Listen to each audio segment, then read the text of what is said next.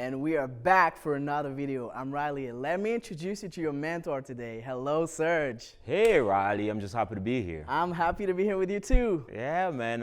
I've been thinking about you lately because I have a customer in the marketplace right now who's been developing a software for 6 months. 6 months. They're okay. running a 1 month sprint, and they finally just released their product to the customers. Okay. Unfortunately, the customer rejected all their features, and they have to go back in the drawing board and shutting down the product in the market space. Okay. I know that you've told me about this lean UX thing that can help them do a better job next time. Would you mind sharing it with us and tell us more about it? Absolutely. A life is too short to build something nobody wants. And this is exactly why at Open Innovation Labs, we like to use Lean UX on the 1 week sprint, get things out there. So what is Lean UX? It's a 3-step process. Okay. To get our ideas out there and test continuously. Okay. That's wonderful. Yeah.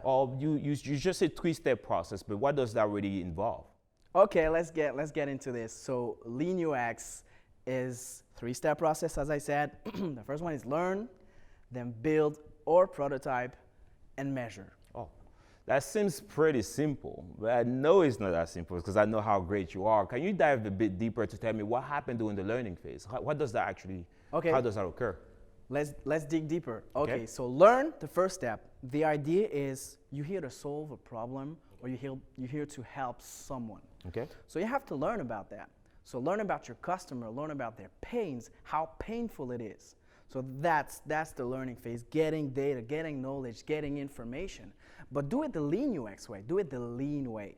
The lean way is, as opposed to do it traditionally, I'm a designer, so traditionally I would go out there, study, talk to people, run some interviews, analyze and everything, that write a report, and pass it over to you. Okay. And you'll pass it over to developers and everything like that, okay? Yeah. No, in the Lean UX, we want to do it faster. So what we do is that all together as a team, developers, designers, product owners, you name it, all together, we get that information. We learn all together collectively so that we don't lose that time of passing the information around. Oh, that's wonderful. And that's the learn phase. Oh, that's wonderful. So it's kind of like a discovery phase, a group discovery phase, trying to get to the solution as a group, right? Yes. So what after you learn and now that you have more clarity and you have an idea of what you want to build, I know that you mentioned the build as a second phase, but what actually happened during the build phase? What are you building and how are you building it? That's a lot of good questions. I love it. Yes, you've identified the pain, you've learned. Now you want to make some hypothesis. Hey, what if we solve the problem that way? Okay. And the natural thing would be to say, okay, let's try. Let's build something. And as I said, I like to say build or prototype. Because when we say build, sometimes we think fully baked software and everything like that. That's not where I'm going. A solution, a prototype, can be a survey, can be an Excel, can be a sketch, can be anything. The idea is you had this idea. You want to see if it was a good idea or not. And you want to test that as fast as possible. And that's what the build phase is about. Okay. So now we're talking about something pretty light to build, like a napkin sketch or something like that. Do we have to fully develop it?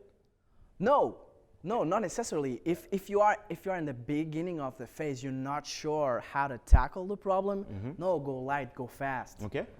But then if you're comfortable and you have enough data to say, yes, that's the way to fix it, yeah, you can go fully built. You just mentioned a major keyword. How do you actually collect that data that validates the next step, that takes you to the validation step where you know that you're building the right thing? Perfect. So let's just summarize here a little bit. You've learned about your user, pains. You've had some ideas of how to fix that problem. So you built some of those ideas. Solution. You've prototyped some of those ideas. So now again, you're not the user. Okay. So you need to make sure that what came out of the build phase is actually meaningful. Okay. So you get to the measure aspect of it. Bring that solution, that prototype, to the users and see how they react to it. Oh, wow. The measurement phase seems like one of the key phases in this process because that's where you're actually validating the product and that's how you're deciding what step would be next, right? Absolutely. Was this a good idea? Check. Was this a bad idea?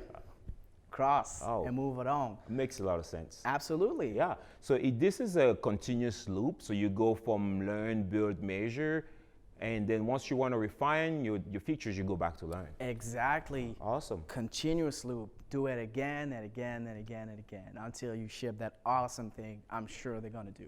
This was some helpful information, Riley. I'm sure my customer will want to find out more. And when they want to find out more, where should they go? I'm glad you asked. So if they want to know more, they could reach out to their account executive, or they could go to redhat.com/services and get all the information they need. Thank you, Riley. Awesome. Thank you, Serge.